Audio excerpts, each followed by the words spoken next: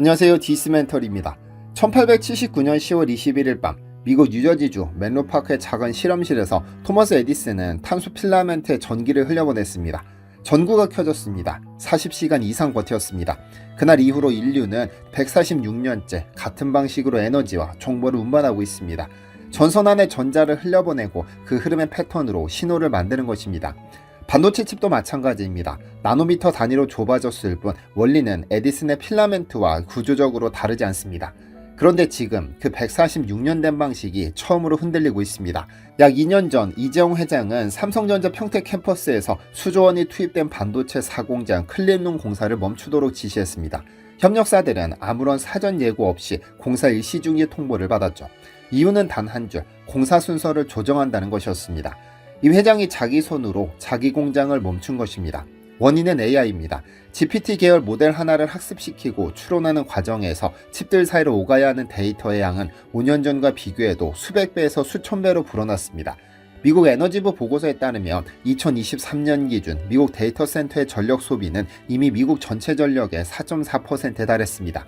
그리고 이 수치는 2030년까지 최대 12%까지 올라갈 것으로 전망되죠. 아이러니한 것은 전기를 먹는 속도가 이렇게 빠른데 그 전기의 상당 부분은 연산이 아니라 냉각에 쓰입니다. 칩이 뜨거워지고 그 열을 식히는데 또 전기가 드는 구조인 겁니다. 가장 큰 원인은 구리배선입니다. 재작년 여름 한국 사회가 주목한 장면은 하나였습니다. 전국 삼성전자 노동조합, 약칭 전삼노가 7월 8일 경기도 화성사업장 앞에 집결했습니다. 붉은 머리띠, 확성기, 노조 탄압 중단하라는 구호, 삼성전자 창사 이래 55년 만에 처음 터진 총파업이었습니다. 1969년 창업 이후 무파업이라는 수식어를 달고 다니던 삼성이 처음으로 그 기록을 이른 날이기도 했죠. 요구의 핵심은 성과급 산정 기준의 투명화와 처우 개선이었습니다. 파업 참여 인원은 노조 추산 5,000명에서 6,000명 수준이었고 당시 전삼노 조합원 수는 약 32,000명이었습니다. 언론은 창사 이래 처음 터진 파업 장면에 집중했고 당연히 그럴만했습니다. 그런데 그 5개월 전 삼성전자에는 훨씬 큰 사건이 터졌습니다. 당시 삼성물산을 포함한 협력사들은 삼성전자 평택 캠퍼스 반도체 사공장 페이즈2 클린룸 공사를 일시 중지하라는 통보를 받았습니다. 이유는 공사 순서 조정이었습니다. 메모리 라인을 먼저 시공하는 방향으로 전환하겠다는 것이었습니다. 이미 발주가 난 공사가 설비가 들어오기로 계획된 공사가 멈춘 것입니다. 공사 순서 조정이라는 단어는 가벼워 보이지만 업계의 시각은 달랐습니다. 이미 돌아가던 공사를 멈추고 공장의 용도 자체를 바꾼다는 것은 애초에 설비 투자 계획이 통째로 재검토됐다는 의미이기도 합니다. 수조 단위의 투자 계획이 변경됐는데 밖에서는 그것이 잘 들리지 않았습니다. 팝 확성기 소리가 더 컸으니까요. 그렇다면 삼성전자는 왜 공사 순서를 조정하기로 했을까요? 인류의 통신 역사는 사실 구리선의 역사였습니다. 19세기 전신망도, 20세기 전화망도, 초기 인터넷의 물리적 기반도 결국 전기 신호를 흘려보내는 금속선에 기대고 있었습니다. 구리는 싸고 잘 휘고 전기를 잘 통하게 해주는 금속이었습니다. 덕분에 도시와 도시가 연결됐고 대륙과 대륙이 이어졌고 인간의 목소리와 문장이 전선을 타고 이동하기 시작했습니다. 하지만 모든 기술은 어느 순간 자신이 만든 성공 때문에 한계에 부딪힙니다. 데이터가 적을 때 구리선은 훌륭한 길이었습니다. 그러나 AI 시대처럼 데이터가 폭포처럼 쏟아지며 그 길은 점점 병목이 됩니다. 자동차가 늘어나면 고속도로가 막히듯 전자신호도 더 빠르고 더 넓은 통로를 요구받게 됩니다. 그 좁은 구리배선 안에서 수많은 전자가 충돌하면 저항이 올라가고 그 에너지가 고스란히 열로 변환되는 것입니다. 문제는 AI의 등장으로 그 한계가 한계선 너머로 넘어가 버렸다는 것. 블룸버그의 전망에 따르면 전세계 데이터 센터 전력 소비는 2035년까지 1200테라와트시, 2050년까지 3700테라와트시 수준으로 급증합니다. 그리고 이 전력의 상당 부분은 냉각에 쓰이게 되는데 데이터를 처리하는 것보다 그 과정에서 나는 열을 식히는데 더 많은 에너지가 투입된다는 겁니다. 삼성은 앞장서서 결론을 냈습니다. 지금 방식의 공장을 더 짓는 것은 그냥 더 많은 매몰 비용을 만드는 일이라고 말이죠. 그래서 선택한 것이 바로 실리콘 포토닉스입니다. 실리콘 포토닉스는 전자 대신 빛으로 데이터를 전송하는 기술입니다. 실리콘 기판 위에 광학 소재를 집적하고 전기 신호를 레이저 광신호로 변환해 초미세 광도 파로를 통해 쏘아보내는 방식입니다. 구리배선이 변자들을 몰아넣는 좁은 고속도로라면 실리콘 포토닉스는 빛이 오가는 투명한 터널입니다. 그 둘에는 차이가 하나 있습니다. 전자는 서로를 밀어내는 특성이 있다는 겁니다.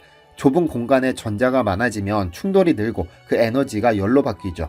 반면 빛의 입자인 광자는 서로 통과합니다. 같은 공간에 수십억 개의 광자가 동시에 지나가도 서로를 방해하지 않습니다. 충돌이 없으면 저항이 없고 저항이 없으면 열이 나지 않습니다. 데이터 센터 운영 비용의 발목을 잡던 그 열이 원천적으로 사라지는 것입니다. 일부 매체들은 실리콘 포토닉스가 구리 대비 1000배 빠르다, 전력의 10분의 1로 줄어든다는 표현을 씁니다만 과장입니다. 실리콘 포토닉스는 기존 전기 I/O 방식 대비 약 65% 전력 수준으로 동작이 가능합니다. 즉, 약 35%의 전력을 절감할 수 있다는 뜻이죠. 속도 측면에서는 적용 거리와 환경에 따라 수배에서 수십 배 수준의 차이가 생깁니다. 하지만 고작 35%라고 비할 필요는 없습니다.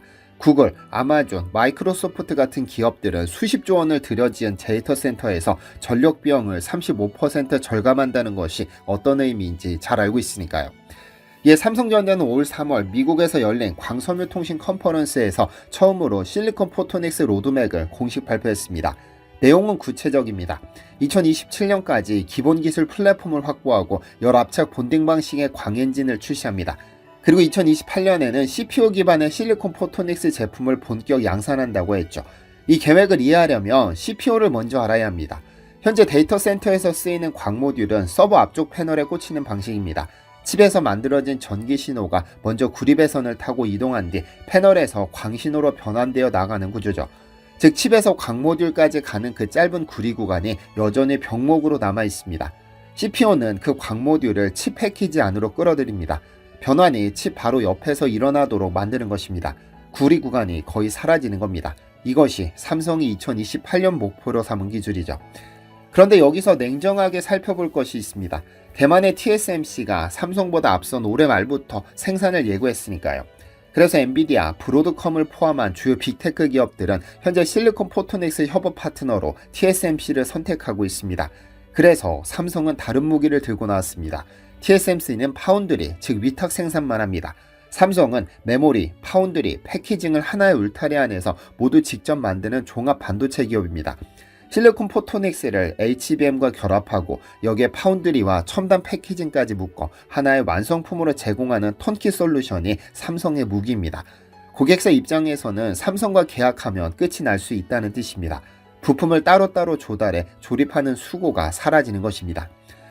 1990년대 반도체 사업 초기 삼성전자는 세계 반도체 시장 거인들로부터 무시를 받았습니다. 당시 인텔과 일본의 반도체 기업들은 삼성을 진지한 경쟁자로 보지도 않았죠. 그런데 그로부터 30여 년이 지난 지금 삼성전자는 세계 메모리 반도체 시장에서 독보적인 위치를 점하고 있습니다. 그 과정에서 삼성이 반복적으로 선택한 전략이 있었습니다. 남들이 조심할 때 과감하게 베팅하는 전략입니다. 1990년대 초 반도체 불황기에 삼성은 오히려 투자를 늘렸고 그 역발상이 이후 시장 주도권의 토대가 됐습니다. 지금 삼성의 파업의 소음 속에서 이미 돌아가던 공장을 스스로 멈추고 방향을 바꾼 것은 그 맥락에서 읽어야 합니다.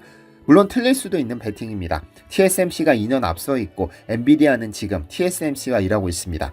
하지만 삼성이 틀리지 않는다면, 그리고 2028년 CPU 양산이 실현된다면 종합 반도체 기업이라는 삼성의 강점이 비로소 실리콘 포토닉스 시대에 가장 유리한 포지션으로 전환됩니다. 전 세계 빅테크들이 발열 문제와 전력 비용을 동시에 해결하기 위해 한 곳에 모든 것을 맡길 수 있는 공급자를 찾는 순간 그 공급자가 삼성이 될 수 있다는 뜻입니다. 세계에서 가장 뜨거운 기술 전쟁이 지금 이 순간 경기도 평택에서 벌어지고 있습니다. 이상 팩트로 기술을 읽는 디시멘터리였습니다. 시청해주셔서 감사합니다. 디시멘터리에서는 여러분의 제보를 기다립니다. 제 채널에서 다뤘으면 하는 뉴스 또는 널리 알려졌으면 하는 영상은 디시멘터리 네이버.com으로 제보해 주시면 소중히 제작하겠습니다.